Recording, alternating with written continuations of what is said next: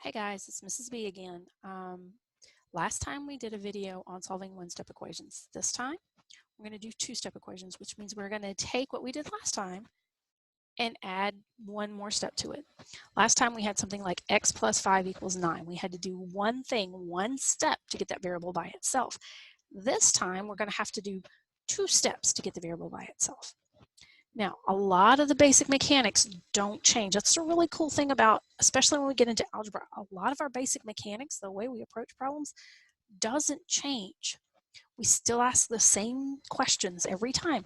Even if it's a more complicated problem, it still follows along those basic paths. So let's look at solving some two-step equations.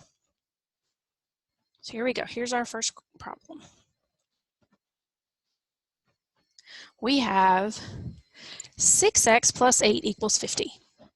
Now, first, same as last time. We want to get our variable alone.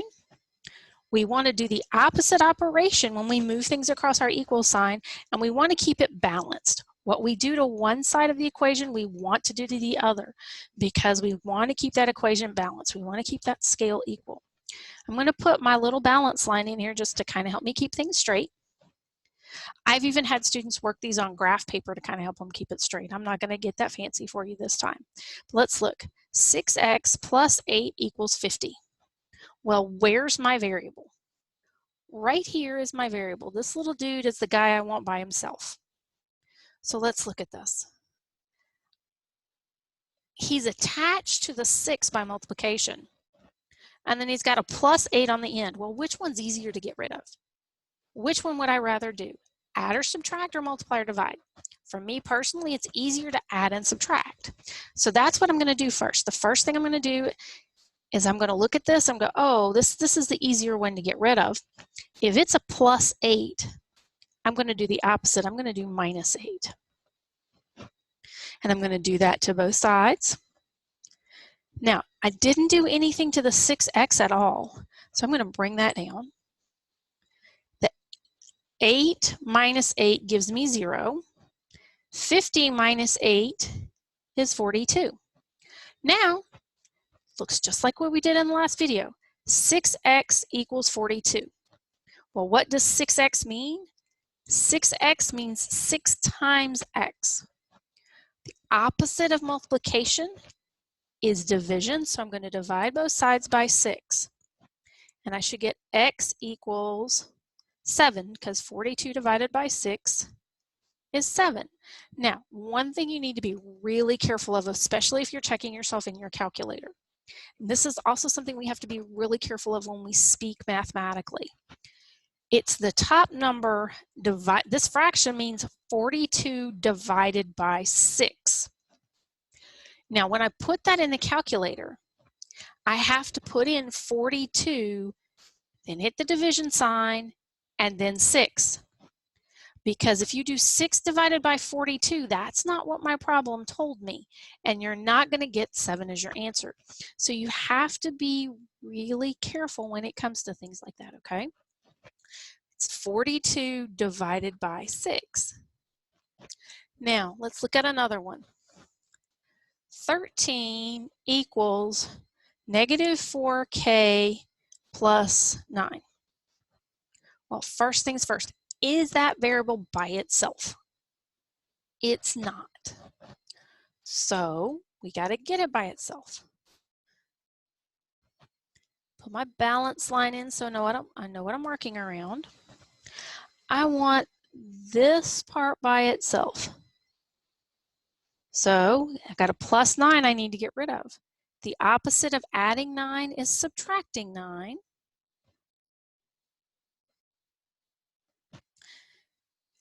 The negative 4k comes down because I didn't do anything to it, and you got to be careful because that minus sign travels with it.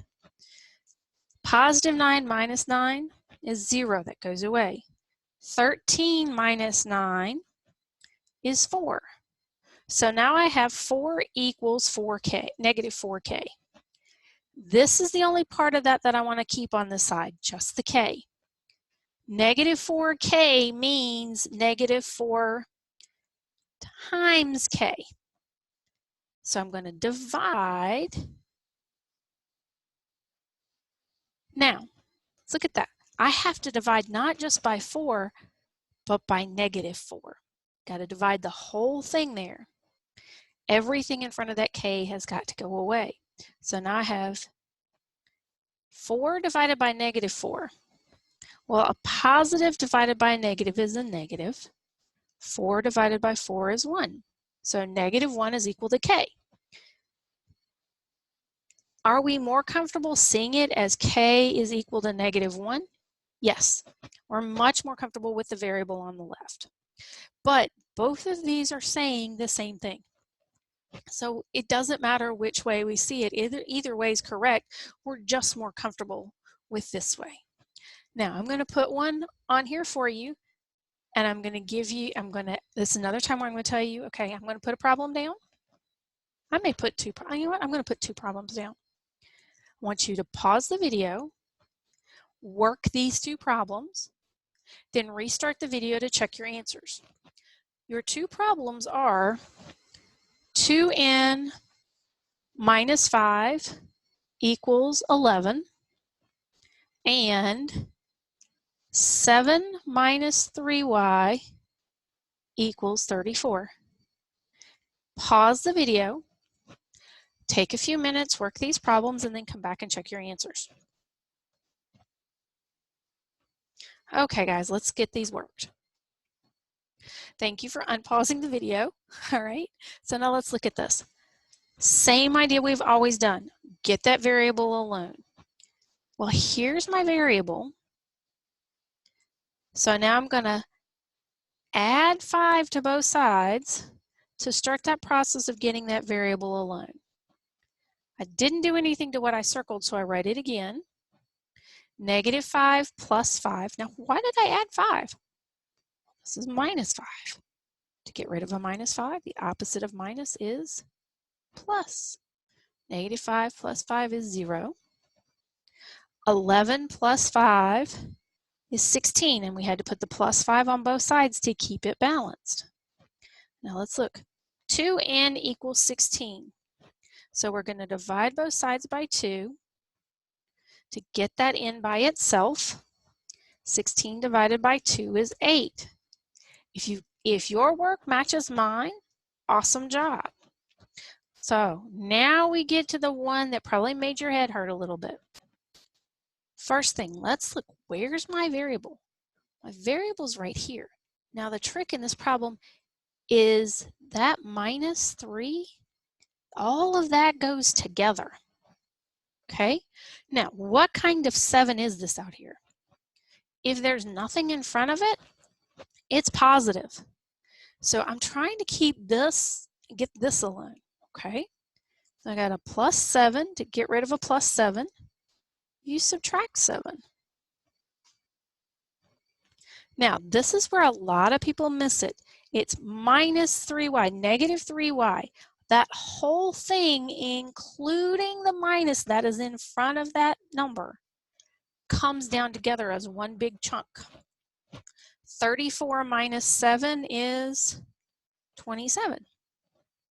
Now, this is like something we're used to. -3 times y equals 27. The opposite of division, the opposite of multiplication is division. So I'm going to divide by -3 because that's what I want to make disappear. -3 divided by -3 gives me 1, which makes it disappear. 27 divided by -3. A positive divided by a negative is a negative. 27 divided by 3 is 9. So this is one way we can see this. Now, what happens if I get super fancy on you and I put in the F word, I put in fractions?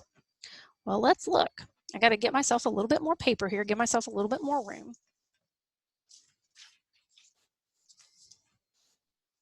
Okay, so let's look. I gotta find my problem. Sorry, guys.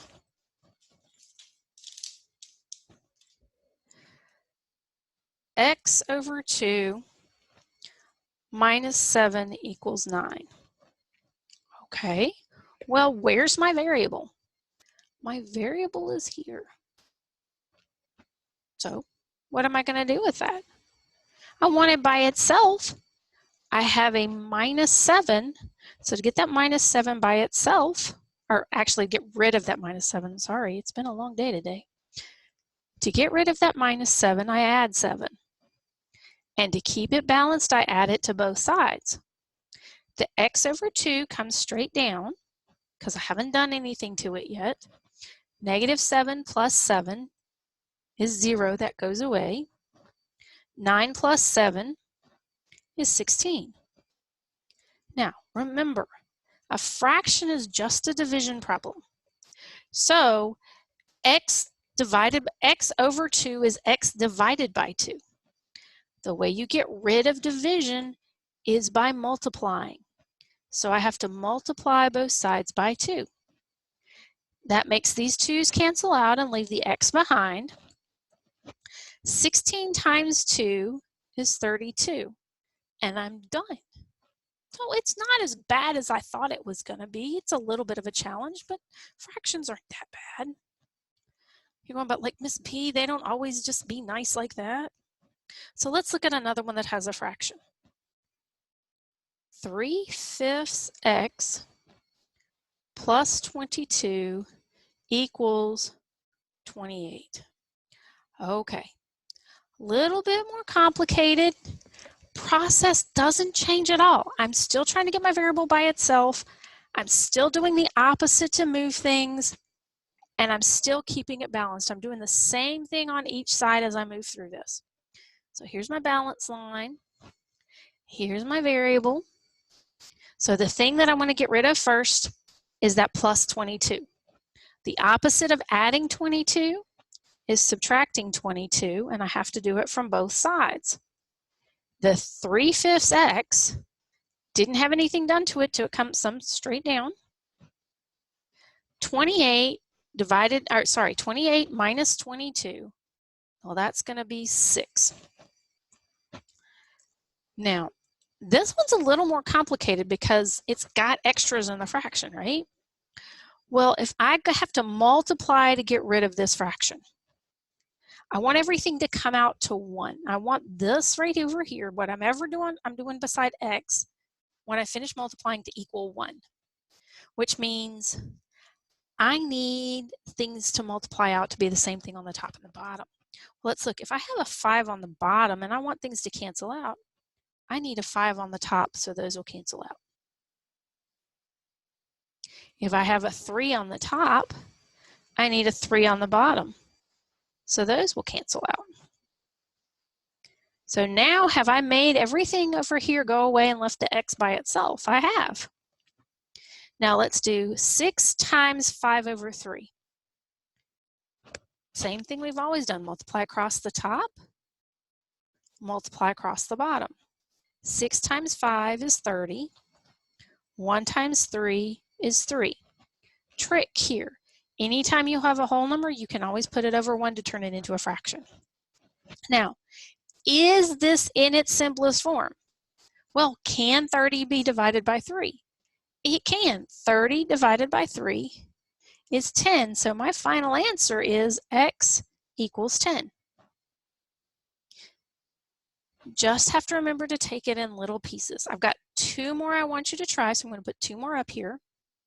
Same thing as we did before. I'm going to ask you to copy the problems down, pause the video, work the problems, and then check your work. Okay? So let's look at what our 2 problems are. 11 equals x over -5 minus 8, and let's see, here's the other one. -10 plus 7/4 p equals -38. So take a second, write those down, pause the video and work them. When you finish working, start the video back and check your work. All right, guys, time to look over these, get your answers. Same process as always. We want the variable by itself. We want to remember to do the opposite when we're trying to move things on between the two sides of the equals. And we want to make sure that we keep it balanced. We always do the same thing to both sides. So let's look at this. Here's my variable. So that's the part I want to get by itself. Well, here it's x over -5 minus 8. So I need to get rid of this minus 8, so I'm going to add 8. What I do to one side, have to do the other. Keep it balanced. 11 plus 8 is 19. I didn't do anything to the x over -5, so that stays. And then the -8 plus 8 goes away because it's 0. Now I'm trying to get rid of this fraction. So I have a -5 on the bottom, so I'm going to multiply both sides by -5. And that negative is super important. One of the biggest places we make mistakes in mathematics is we lose our signs. We either drop the positive or we drop the negative, and you have to be really careful with that. That sign always travels with the number it's in front of. And part of that doing the opposite is looking at that sign and paying attention to that sign. So here, the -5 on the top and the bottom cancel out. Leave the x behind. Positive times negative is negative.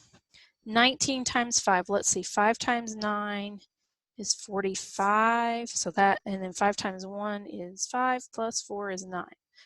So x would be -95. One more example to go over. First things first, we want to isolate this variable. We want to get that variable alone.